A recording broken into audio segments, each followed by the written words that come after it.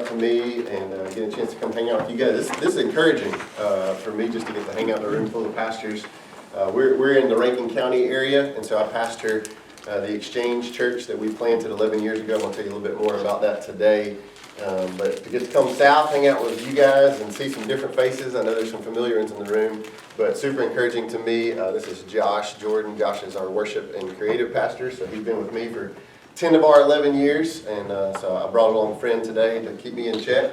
But I'm going to share a little bit of our journey, and then I'm also share a good bit of just information about church planting and about a network and organization that I'm a part of, and some of you guys are connected with as well. But to start that, I want to share with you an email that we got at our church. So our church is called The Exchange. A year and a half ago, we got an email to our general church email address, right, your info address. And here's what the email said. It says, "Hello, I'm looking for a church to join as I'm in a same-sex marriage and wondering if that is accepted at your church. Thank you, signed Amber." So we discussed that in our office among our pastors here on staff, and one of our guys who handles some communication sent back a fairly lengthy reply. And in his reply to Amber, he let Amber know that if she was to come and to show up to our building or our we call them gatherings on Sunday, that she'd absolutely be welcomed, that she would absolutely be loved, that she could come and be a part. But he also very gracefully stated this is what we believe that the Bible teaches about marriage. We believe this is what's true. This is God's design for that relationship that he created. But this is not going to be force-fed down your throat from the moment that you walk in. Amber replied to that email, and she says, "Thank you so much for the kind reply. I will think on it and let you know. It will just be me attending, as this is a journey I'm beginning on my own, and y'all are located right down the road from us. But I am interested in learning more about a relationship with God. Thank you so much again, Amber." And what I would say to us today, and to feel the weight and the responsibility of that, is that, guys, our state, whether we're on the coast or central Mississippi or all the way up north, the reality is our state is full of people just like Amber, who are asking those same questions. Their brokenness may look a little different, right? But they're all asking the same questions. In fact, some studies, I looked at some numbers from some guys I trust who do some of this around our state. Studies show that between 2017 and 2021, an estimated 414,000 people in our state that we love stopped being involved in church. That's more than 100,000 people a year leaving from all denominations, non-denominational churches in our state. And if we zoom that out to look at our nation, every year about 4,000 churches are planted in the U.S. It's great news, right? But every year around 3,700 churches, it's estimated, close. So we're adding 300 churches a year, which, as this study said, is not enough to keep up with the population growth, much less the growing needs of the unaffiliated, the nones. And so I would just say to you today, as I present those numbers and that story, it was that call and stories like that that changed the course of my ministry, that changed the course of my family, and really that changed the course of my life about 14 years ago and led me to where I am. A little bit of our journey. So I grew up from 9 months before I was born, right, in a traditional Southern Baptist church. And my dad just retired at the end of January from 34 years at the same Baptist church. He served a number of them before. I was a part of 2 of those in my lifespan. And so, man, I know traditional Baptist churches or Baptist churches in general in the state of Mississippi. I know them deeply. In fact, when I was finishing my time at Mississippi College, I went on staff at the church where my dad served, and then a year later transitioned on staff at Pine Lake Church, which is in central Mississippi. And of course, they have a few different campuses if you're familiar with them. But I know Baptist churches, I know church life in Mississippi. But about about 14 years ago, God began to stir something in us while I was serving on staff there. Loved where I was, loved what God was doing, had plans to stay for a long time, had just gotten married, was 27 years old at that point. And God began to stir us towards something different. At that point, I had no idea what that meant. Is that a different position on the staff team? Is that I'm supposed to go be at another church? Or what in the world is that? And in the midst of that season of kind of searching, my wife and I still very young, brand new to ministry. She was deeply involved in the church, new ministry inside and out. The question was, what is this new thing that God you're saying? And church planting got put in front of us. And kind of here's our first thought, right? So I grew up in traditional Baptist churches. Church planting, or starting new churches, however you want to phrase it, that was something that two groups of people did.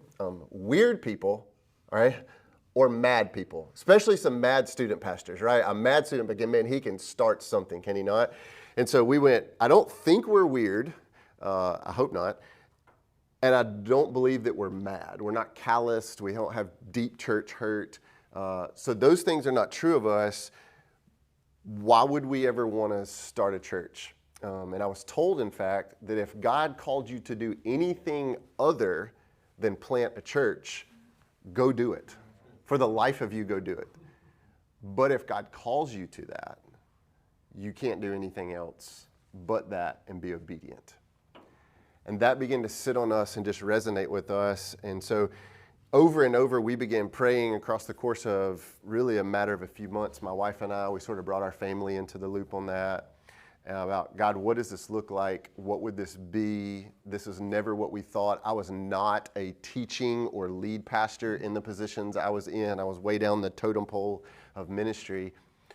And so I began to have a conversation with God, and my conversation went like this. Every time God would bring up church planting, I went, God, I'm like 27 years old. I've never been like a preacher before. I don't know a whole lot of people. I don't have a lot of money. I don't know how to do this. And so, God, clearly that's not what the plan is. And every time that I would have that conversation with God, he always responded like this. He said, well, if you wait and you get enough knowledge, or to get enough money, or to have enough relationships, or to have enough experience, he said, then maybe you might think that you don't need me. And he said, and I need you to need me more than any of those things. And so over the course of 3, 4, 5, 6 months of praying and seeking out, God, what is next for us? Church planting got put in front of us. And so one of those questions obviously is where would we plant? We both grew up, my wife and I both grew up in Rankin County. And so clearly if you're planting a church, you have to go way out west where there's not as many churches, not on every corner. And so we had plans like maybe God's going to send us to Idaho to, plant potatoes and plant a church, and that's where we're going to be. And our family's in Rankin County, but we're about to go, 29 hours out west. But over the course of praying, searching out the where, because we were really trying to search the where before we were trying to say yes to the calling, we had some friends who sat down with us in our small group. And we just was very candid with them. And they said, well, really probably what God wants first is he just wants your yes. And then he can answer all those questions of how are you going to pay for it, where are you going to go, how's this going to shape your family. No kids at that point. And they were right. And so then about a month later, I was sitting in a Wednesday night kind of worship gathering at the church where I was serving. And a guy who was teaching that night, he got up and preached a passage that you've all preached a dozen times before and you've read it 100. And I had too, and he preached from Matthew 9, 37, 38. And he said, the harvest is plentiful, but the workers are few. And so pray that the Lord of the harvest would send out workers into his harvest field. And it was one of those messages, and you've preached some of those, and you've sat and listened to some of those, where it was like it was written like just for you. Everybody else could have left the room. And at the end of that message, it was so incredibly clear that this is what God was saying. We didn't have to have all the questions answered. He just needed to know yes. And so that night, November of 2010, I believe it was, we gave God our yes. We didn't know where, we didn't know how it was going to work, would it work, but we gave God our yes. And I won't give you every detail of all the next couple of years, but over the next course of time, we began to share that with our church leadership. What we didn't know is that they were beginning to be a part of a church planting network. God had lined up things perfectly together. I was, within 2 months later, I was sitting in a church planting meeting where the director of that network stood up in front of the room full of people, and I'm like fresh as could be, and he said, his first statement out of his mouth, I'll never forget it, he says, church planting is the number one way to reach people who are far from God. And I went, like, I'm for living my life for that. And that began the course of our journey, where we began to go through assessment and training and searching out the where and what does that look like. And I'm going to dive into some of that here in just a second. But we went through an assessment, still not knowing where. And so we drove to Atlanta, Georgia, went through 2 days of people asking us a whole lot of questions and finding out a whole lot of stuff about us, and talked about ourselves more than we had ever done before in 2 days span. And we came back still not knowing where. Again, 2 Rankin County kids, we've been praying, God, where is this?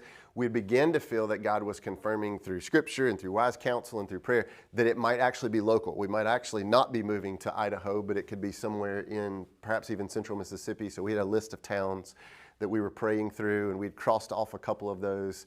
And one of those towns, so we're from Brandon, and I don't know if you are from central Mississippi. Grayson's got some roots there, but we're from Brandon. One of the names on the list was the city of Pearl. They are massive arch rivals, like we chant in football, eat dirt Brandon. Brandon chants eat dirt Pearl. You just don't do that. I'm a Brandon High School graduate. So the one place clearly that I would never move in my life would be to Pearl, Mississippi, even though it was next door. And through the course of a long journey and a 5-hour car ride and a lot of praying, a lot of seeking, God sent 2 Brandon kids to Pearl. And so we spent about 1.5 years of training, prepping, transitioning, moving to the city. And so in August of 2012, we launched the Exchange Church in Pearl, Mississippi, built up a core team, had a launch date, launched inside of a business, moved that into a school cafeteria, where we then moved into a 1955 shopping center with about 10,000 square feet that we renovated, and we've been there for 10 of our 11 years, just celebrated 11 years back in August. And over the last 11 years, we've gotten to watch now almost 300 people declare their faith publicly in Jesus through baptism, and more stories than I have time to share you today of just God's favor and his faithfulness. And I tell you that because I told you 14 years ago, those numbers, those statistics, stories like Amber's is what really began to break our hearts and to change our life, to change our ministry, and now to change our family. We have 2 kids, and now all they know is we plant churches and we reach people who are far from God, and we serve God with our lives.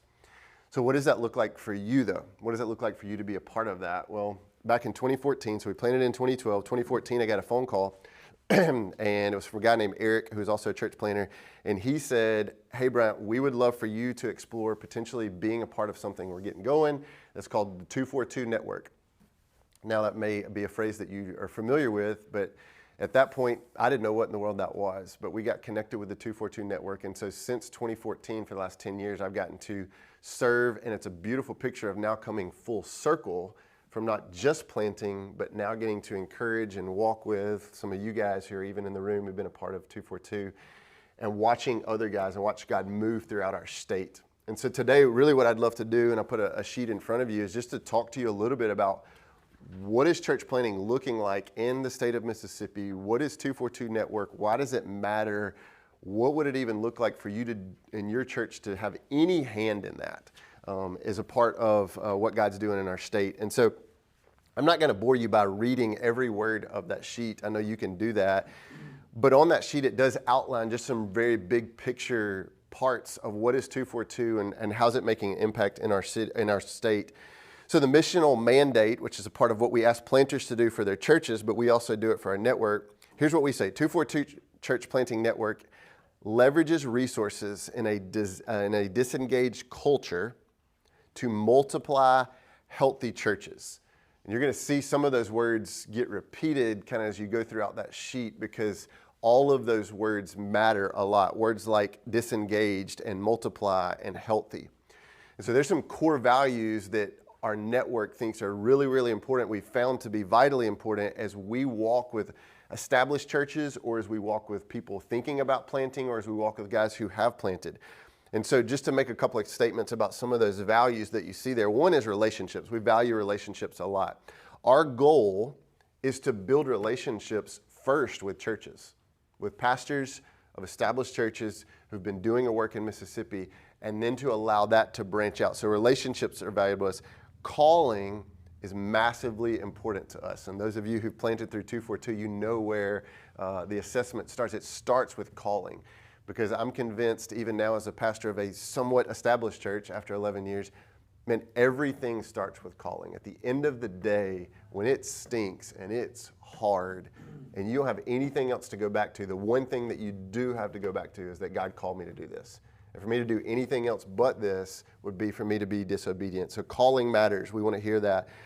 Third is healthy planters. For us, we believe healthy planters and healthy pastors are essential to planting healthy churches. That the health of a planter matters a lot. And then the last one, almost don't have to say it, but we include it, theological integrity. We believe healthy churches have healthy theology, and that what we teach and how we interpret God's word and how we communicate that matters a lot. Some of the marks that we think we begin to see in our state, and praise the Lord, we've begun to see some of that matter a lot, are multiplying healthy churches. Here's what we believe. Networks, and there are a lot of them, and there's some really great ones, networks don't plant churches. Churches plant churches. In fact, we just created a new 242 shirt. We got a whole bunch of shirts that we wear, but it says, healthy churches plant churches.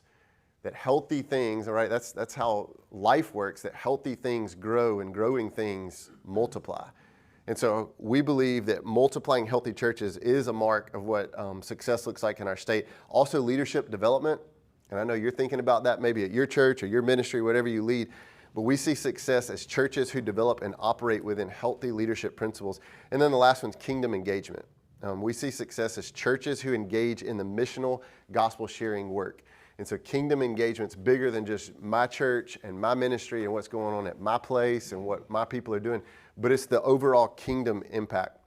So how does that work? And some of you guys, again, who walked through our process, you felt it, you're still in it, or you're reeling from the benefits of it or the difficulties of it. But 242, our process really looks like this. So and I'm going to break this down a little bit even more later with a question, but when there is somebody who's interested in planting a church, we have implemented through the North American Mission Board and some of their training that's now filtered down into our state, and that's really in a lot of our states now across the country, is an assessment process. So any couple who first, we call them a candidate couple, not a planter, because they're not a planter yet, but that couple then goes through our 242 pre-assessment process, which is a series of conversations with some of our 242 team. And our 242 team is made up of, at this point, probably close to a dozen planters or even some spouses from around the state who have a part in impacting. All of them have planted or are currently planting or pastoring. But somebody would walk through an assessment process of conversations that then lead up to what I referenced a while ago for myself, and that 3 or 4 of you guys in this room have gone through a 2-day intensive assessment of marriage, emotional, spiritual health, communication, disciple making, ministry experience, and the whole process of that, or the whole purpose of that process, is to produce not just more churches, but it's to produce healthy planters who are called, who plant healthy, sustaining churches. And I'm going to give you some numbers in a little bit that may blow your mind on what God's used that process to do. But so there is an assessment process that then, if that moves favorably forward, moves into a training aspect. And you can see there on your sheet, there's an 11-session training process with 11 deep competencies that we think every planter needs to know, from fundraising to prayer to team building to knowing your context. All of those things come across about a 6-month span where our trained planters and trained trainers instill that into those planters. Then on the backside of that, there becomes the support. And so that is maybe financial support, there's coaching support, and then finally there's the beauty of being a part of a network. And one of our phrases that we say at our church at the Exchange is we say, you weren't meant to do life alone. And so that encourages our people towards small groups and discipleship, meaning community. But one of the things that I've adapted to say with our church planting is, I don't think that you were meant to do church alone. Like, I really think that we are better together, which is one of the beautiful pictures of, all of you guys sitting in this room together encouraging each other. And so we try to help our guys understand there's power in you planting within the beauty of a network so that you have support and relationships, and you can pick up a phone call or you can have somebody who resources you. And so that's really kind of the flow process of assessment to training to supporting all the way into ongoing network that happens now for some of our guys who planted 8, 9, 10, 11 years ago, and then some who are a few months old at that point. So I know some of you guys, Brian sent me some questions that I think maybe some of you threw out, maybe some of our 242 guys included. So I want to kind of just walk through some of those briefly, and then if I don't answer some things, then at the end today, you guys can hit me with some other questions that maybe I didn't answer or make clear. So one of the questions was, what are the different levels of support for church planting? And I think that's a great question that a lot of people maybe don't clearly understand because, hey, I'm the pastor of an established church that's 100 years old or 40 years old, and I've been there for 5 years or 35 years. What does it look like for us to plant? Maybe I'm not going to plant, but I believe God's working through 242, or I believe in a planter, or I believe our state needs more of that. How do I have a part in that? And so what I'll do is I'm going to break that really into two different categories, and they're going to sound very similar, but there are some differences. And so if I don't make that clear, you can kind of ask me clarifying questions. But one is what we just call a sending church. Okay, and this is sort of the highest level of commitment. Sending church, sometimes we also use the term a parent church, but a sending church is if you commit to serve as a sending church for a planter from your church, somebody who's raised up from within your church, or maybe another planter that you see, that you believe in, that you would support and back. Some things that might happen that your church might do to be behind that, to be a sending church for that planter, is to obviously pray for them, that you'd have a prayer ministry, that there would be a level of accountability. And you go, what does that look like? And one of the ways we just draw that out, because many of us get that picture, is just like a parent would care for their child, you would be a parent church caring for a child. And so just like, you would nurture and care for and have hard conversations, but a lot of encouraging conversations, and you would guide in the same way you would do that as a sending church. There also could be a financial aspect to that. And, the question everybody wants to know is, well, how much money do you have to commit? Well, we have some churches who want to give $50 a month as their sending church to their church plant, and then there are some that just have more capabilities, and they're giving $2,000 a month. There is no set amount, but a level of financial support is always obviously a very good thing, especially for a church plant that has nothing. Then a few other areas would be resourcing.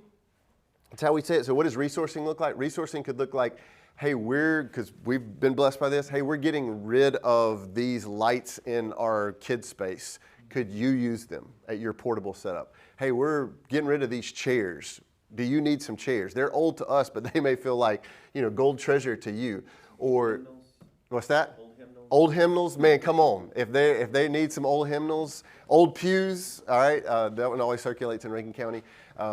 Or it could be a level of advice, staff advice. That could be a level of resourcing. So it's not always tangible equipment. And then a couple other things I would say are love, care. You don't understand the power of text or a handwritten note or a goodie bag or ladies from a Sunday school class saying, hey, we're going to come do childcare for you so that you and your spouse could go on a date night because you've been working for 7 days straight trying to hold this thing together. Seems so small, but for a planter who can feel really, really isolated and alone, man, that can mean the world just to have 2 hours to go grab dinner together. And so there's a level of love and care that's just amazing. And then the last one we would say is like doctrine and theology. That if you're a sending church, there's a level of influence that you have. Churches really are the best engines to pass off healthy theology. And so, yes, there should be a level of the way that you teach and train maybe a young student pastor or somebody who's raised up within your church to shape their theology as they teach. So that's a sending church, right? That's the deepest level of investment. But we also, as 242, encourage and have churches throughout our state that have become partnering churches. And so it's close to a sending church, but it would maybe be dropped down just a little bit. So a partnering church, some ways that we would verbalize that is that they would equip the new church. So they may not work directly with an individual planter, but they may work with the network. And so that looks like maybe them helping fund or contribute. Hey, a portion of our missions budget is going to go towards 242.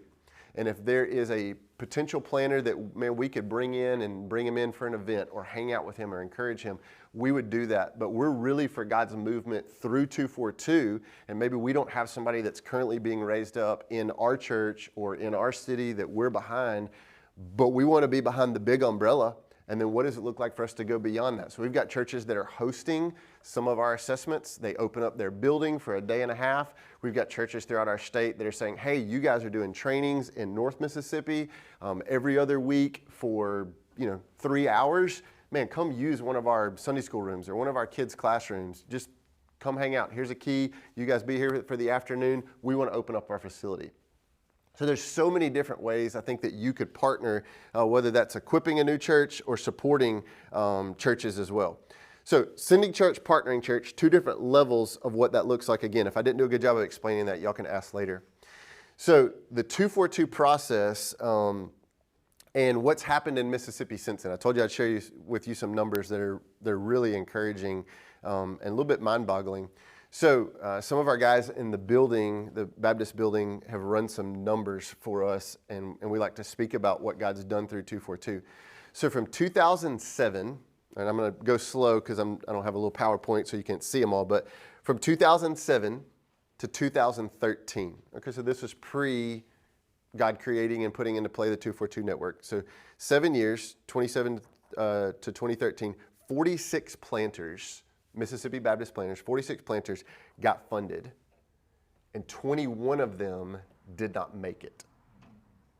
So we had a 54% success rate, a 46% not sustainable rate. In 2014 was when God introduced 242 Network, and we began learning and putting into place the assessment process, not just to plant more churches, but to plant more healthy, sustainable, multiplying churches. Told you all those words matter. From 2014 to 2020, there were 28 planters that were assessed and funded. 2 of them did not make it. And we now sit across those 7-year spans at a 93% success rate. So we went from 54% from 2007 to 2013 success rate to a 93% success rate. And that ends at 2020. I would say, and some of you guys are a little bit newer since then, that's probably only increased actually since 2020 with the number of guys who've gone through. We just finished with 6 couples 2 weeks ago. We do 2 assessments a year, normally one in about February, another one in September. And we just put 6 couples that walked through. So here's a great question. What should we do? Maybe you're in an established church. Again, what should we do if you have your established church and you have a person in your church, a man in your church that's sensing a calling to plant? I'll just give you a couple of quick answers. One is, I think as a pastor or the missions pastor or discipleship pastor, whatever you are, I think you should sit down with them, right, to encourage them, to pray with them, to offer counsel to them. They don't understand the other side of the table, right, that you are on in many places. And then the next part of where 242 would come in to walk alongside you, because maybe you don't understand the whole other side of the table of where we are and what we're doing, is connect them with a 242 hub leader in our state. And I don't know what I did with that. Oh, it's right here. So this is, and I'm not going to necessarily pass it around. You can see it at the end if you want to. But so this is how the state of Mississippi is laid out. So we all have different zones. We call them hub leaders. And so like that little orange there is my hub. I'm the Central Mississippi hub leader. But we've got hub leaders all throughout the state. And their role, like mine, is to build relationships with churches in our hub. And then also as planters or interested candidates come about, we walk with them to get them connected to assessment. And then we also take a hand in the training and then the ongoing further encouragement of those guys, especially those who planted and go on. So you would pray with them, meet with them, counsel with them, and then you could call the Baptist building, or you could call whoever your 242 connection is. I know Brian CeeLo is a hub leader down here. If you know CeeLo, you could call him, and then he would help take that process and get it started. Another great question. What are some ways that church plants have worked with established churches in an effective way, because I think there has to be a beautiful partnership between a new work and something that God's already been doing or he's been doing for a while. So I just made a quick little bullet list. I've seen established churches, I mentioned this a little bit earlier, I've seen established churches share resources and wisdom with new works. And that could mean, man, we're getting rid of these toys in our preschool area. Could you guys use that? Absolutely. I got a call this week that said, and I referenced this earlier, it said, hey, we've got some old lights that we took down in our worship space. We've upgraded because they had the resources to do that. Could you use these lights? All right. And so I call my worship guy who knows a lot of things about lights, and we're like, man, could we use those? And we begin to make that decision. So that's some ways I've seen a lot of established churches bless new works. I've also seen established churches and planters or send planters out with people and resources. You go, yep, that's really happened. There are established churches throughout our state, and I could give you some stories and examples who've said, hey, this is so-and-so, and he's getting ready to go plant on the other side of our county. And we believe in him, and we've raised him up, and we've prayed for him, and we're going to send resources behind him financially. Do you feel called to be a part with him? And there's one church I'm thinking of particularly that they are a decent-sized church, but 40 or so people from their church walked out the door with that planter to go and establish a new work. Now, as the pastor of a church who now has to oversee a budget and all those things 11 years in, I'm like, but God has blessed and he's expanded and he's multiplied in that work. Now, sometimes those people may go for 2 years and they're coming back, but they're going to be a part of what we call in planting world the launch team, which just means, man, we're going to strap up our boots and get this thing off the ground. And then maybe we're coming back if God leads us back to the church we're a part of. So I've watched that happen. I've also watched, and this is a beautiful thing playing out, not just in our state, but around the country, some dying established churches. And I hate to use the word dying, but you follow what I'm saying, but I've watched them die with a legacy. And what that's looked like is they've gone, man, our building, we can't sustain it anymore. We've got 6 people that are still here. How can we use our building and bless a new work with that? And there's been some church plants that have massively benefited from that. And then I think there's just established churches celebrating new churches planted, sometimes even in their own city. And so how are you talking about that within the context of a worship service? Or what does it look like to show a video? One of the things that we're trying to do even as a church plant is, man, how do we get a video from maybe one of these 242 guys or somebody who has planted, and how do I put that guy on video for 90 seconds in front of our church talking about it? But I'm planting seeds that this matters, that this is a big deal, that this is needed in our state, and that we're behind this. As the pastor of this church, I'm behind this, and we should all be behind that. So there's some things that some established churches have done. There was a question on the sheet, and I just wrote down a couple of sentences. What do you wish you would have known before you planted? I did not have enough space on my notes to write all that down. I did write this, and some of you guys who have planted or are planting, you'll get this. I wish I would have known how hard it would have been, but also how much joy it would bring. One of the things that I've said about our journey of planting, that I said early on, is that it is the highest of highs and it is the lowest of lows. That I moved one city over, 15 minutes from my parents who were free childcare and right down the road, but for 10 months of working out of the back bedroom at my house, where I could have called anybody and gone to lunch with somebody in 5 minutes. Man, it was some of the loneliest days of like, I don't even know what to do next. And man, there were low moments. But at the same time, I would say this, is that over the last now 14 years, if I include our prep season and all that, my faith is at a place that I can confidently say that it never would have been had I not walked the journey of watching God do what he's done. And I'm so grateful that he called us into it. So those are some things that I wish I would have known. Just a few other questions, and then we'll wrap up with a little Q&A. I found something yesterday, and I wanted to make sure I verified it through some of what I've learned. There's a question, what are some reasons that church plants fail in the first 5 years? So I'm just going to kind of bullet these really quickly. There's about 7 or 8, and I think all of them are important. And so if you're the pastor of an established church, does it apply to you? Yes, but I also think it's just good to know why is there a failure rate? And I think all of these or some of these could be a factor. I think many times what we've seen, there's a lack of self-awareness in the church planter. That's why we have an assessment. It's actually why we have a pre-assessment before the assessment, because we think self-awareness matters. They are not adequately sent and supported. Hey, I'm a sending church, but then I became a parent that basically forgot about my child. And we know how good that parenting style goes, right?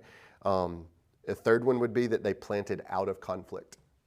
I joked about that earlier, right? But like that's how we thought about church planting for a long time. I could do it better.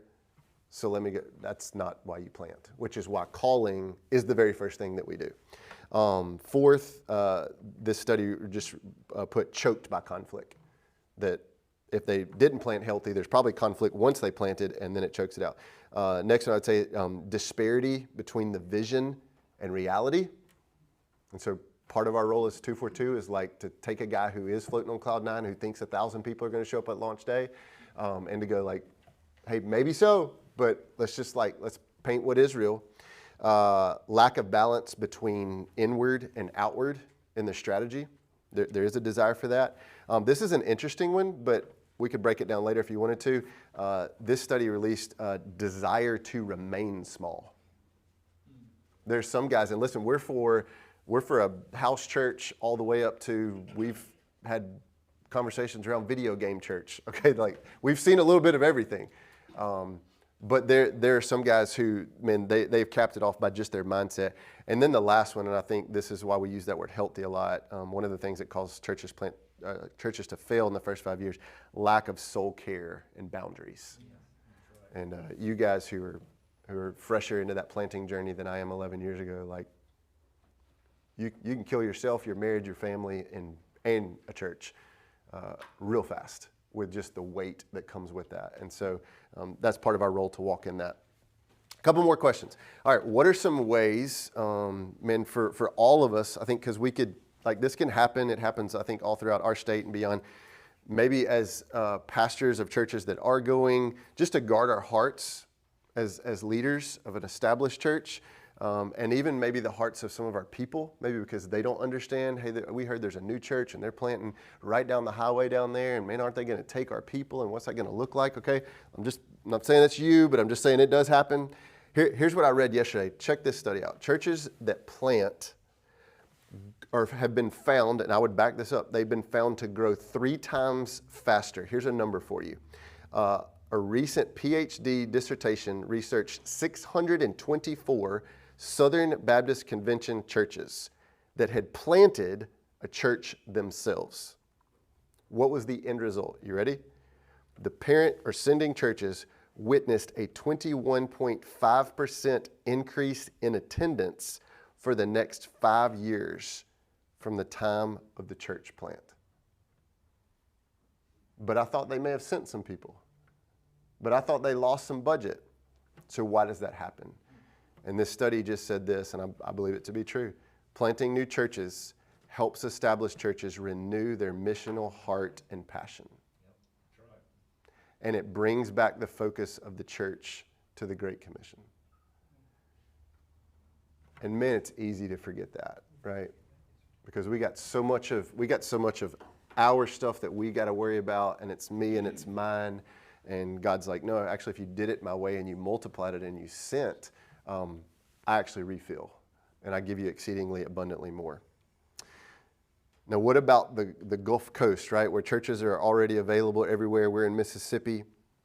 Why would we put new churches down here or anywhere in the state? And here's one more nugget of research that I found. A new church, and I believe this to be true, a new church gains 60 to 80% of its membership from new conversions. A new work gains 60 to 80% of its membership from new conversions.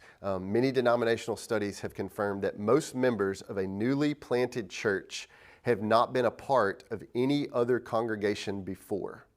On the other hand, you ready? Churches that are 10 to 15 years old or maybe older gain 80 to 90% of new members by transfers from other congregations. Right? That's just how it works. And so, man, we're having to have that conversation, right? Because we're past the decade mark. We're at 11 years old. And so, God, how do you still keep us outward, but how do we begin to realize that, like, our work and our call is to multiply and to send and to raise up new work, that the harvest is plentiful, but the workers are few. I'll tie it up with this. If you remember Amber, who sent us the email, right? She was in a homosexual relationship. She also believed that she could be her own God. We found that out. We replied to the email. She replied back, "Thanks for the reply." That was over a year ago. And after a year of not seeing her, hearing from her, nothing. December, 3 months ago, Amber showed up to one of our Sunday gatherings. She walked in with her 4th grade daughter, Avery, but not with her partner, because she had ended that relationship. Because Amber was hungry for Jesus. And Amber indicated, "I want to know more about trusting Jesus and following him with my life," right? That's what she said a year before. "I want to know more about relationship with God." And so we connected Amber with a lady in our church who loves Jesus and just in a disciple-making relationship. And after about 3 meetings together, Amber surrendered her life to Jesus. And February 4th, a couple of Sundays ago, Amber stepped in the baptism waters. And we were able to watch Amber publicly declare her faith in Jesus. Amber's now part of one of our life groups, one of our small groups with other young moms, and they're being mentored and discipled and taught about what it looks like to know and to follow Jesus. So, why would we plant more churches? Especially in Mississippi. We got them on every corner, man. Because there are tens, if not hundreds of thousands of Ambers throughout our state. And they're desperate for truth. And they're desperate for somewhere to belong. And God's using new works, and he needs more new works, right? So that more Ambers could come to know the saving hope of Jesus that we all proclaim.